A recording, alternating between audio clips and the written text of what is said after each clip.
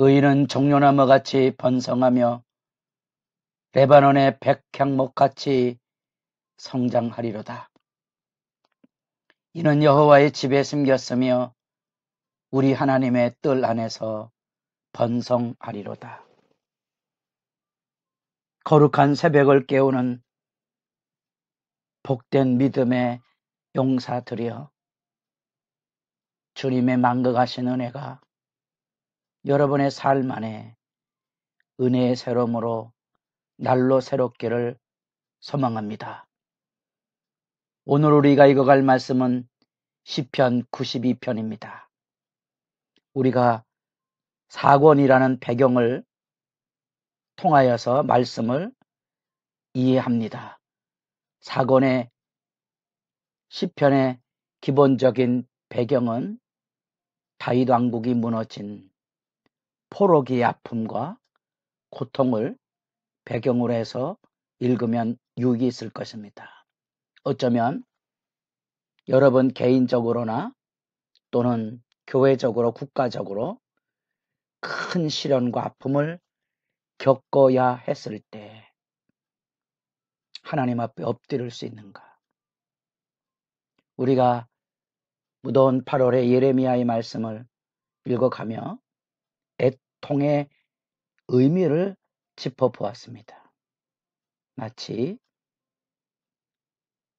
우리와 우리 조상들의 죄로 인하여 눈물의 포로길을 걸어갑니다.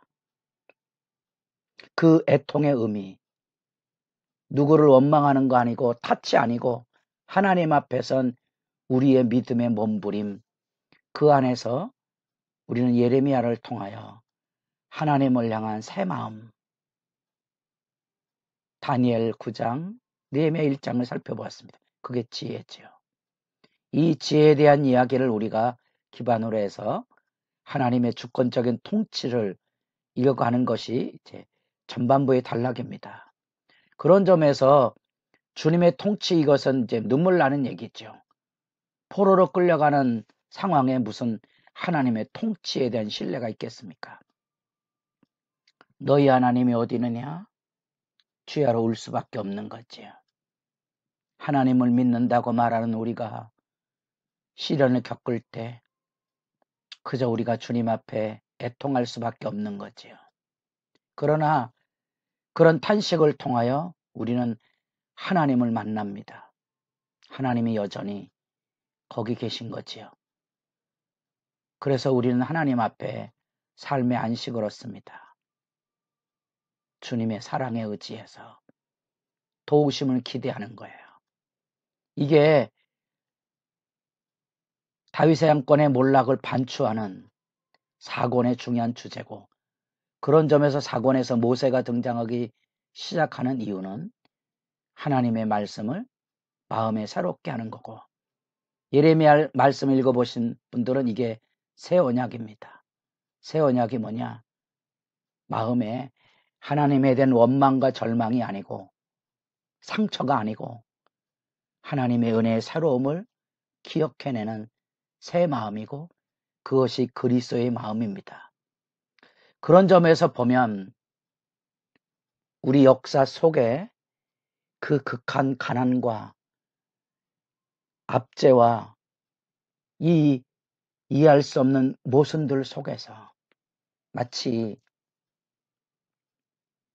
마당에 불을 밝히고 춤추며 노래하는 마당극처럼 그 해악이 담겨져 있는 서민들의 애환을 노래하고 춤추며 그 고단한 삶의 자리를 이 낮아진 민중들이 그들의 삶을 해소하고 그 원한과 증오를 해소하고 더불어 살아가는 질서에 참여했던 것처럼, 사실은 이 92편, 93편 이하로 열려지는 하나님의 통치에 대한 주제는 사권의 암울한 배경에 비하면 아마도 그런 의미도 우리가 충분히 유념해 볼 수 있을 것입니다. 여러분 개인적으로 얼마나 많이 하나님 앞에 여러분의 삶의 문제를 가지고 거꾸로져 절망하시고 어디까지 울어보셨습니까?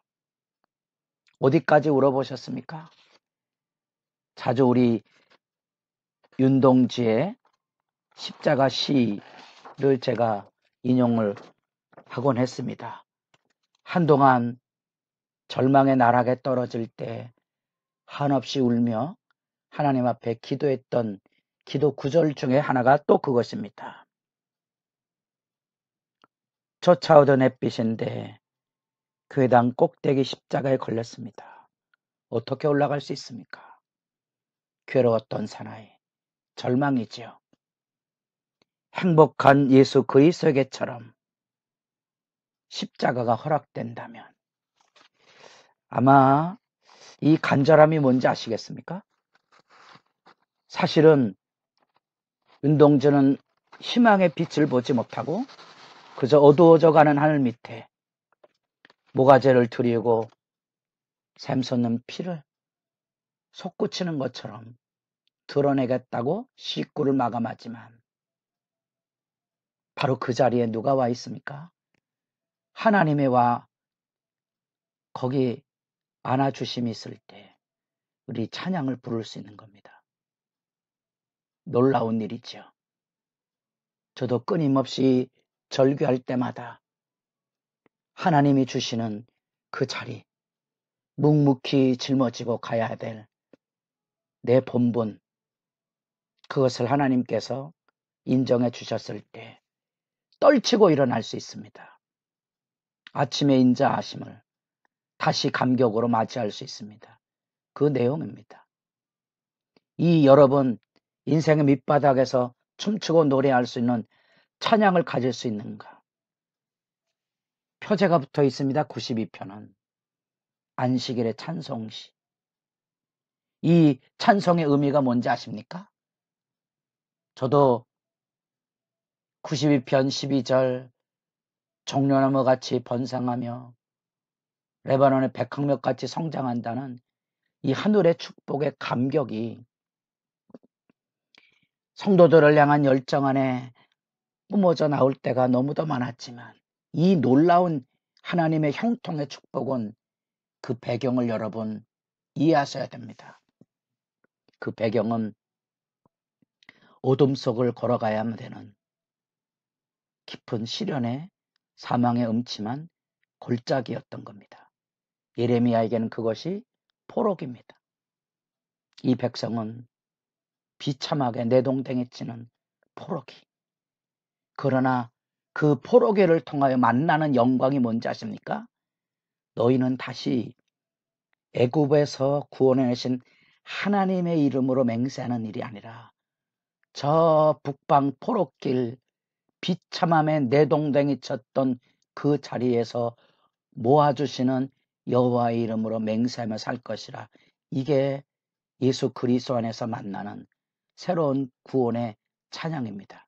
우리는 애굽의 영광과 좋게 비교할 수 없는 십자가의 구원을 우리는 알고 있습니다. 그 진실을 우리가 기억하는가? 하나님 앞에 동하며 거꾸로 접어오면 자만이 그 가운데 비춰오는 찬란한 빛이 있습니다. 그래서 이 하나님의 이 은혜의 역사는 6절에 보면 5절에 여호와여 주께서 행하신 일이 어찌 그리 크신지요. 주의 생각이 매우 깊으시나이다. 어리석은 자도 알지 못하며 무지한 자도 이를 깨닫지 못하나이다. 여러분, 포로기의 그 고통스러운 현실을 누가 그 안에서 하나님의 뜻을 경륜을 알았겠습니까? 자기 백성을 내버리고 하나님 발 뻗고 편히 주무셨겠습니까? 주의 생각이 깊으시다는 그 경륜을 기억해 보십시오. 경륜을 기억해 보십시오. 그래서 느헤미야 1장에 그 감격이 표현돼 나옵니다. 그리고 그 믿음이 느헤미야를 움직이는 겁니다.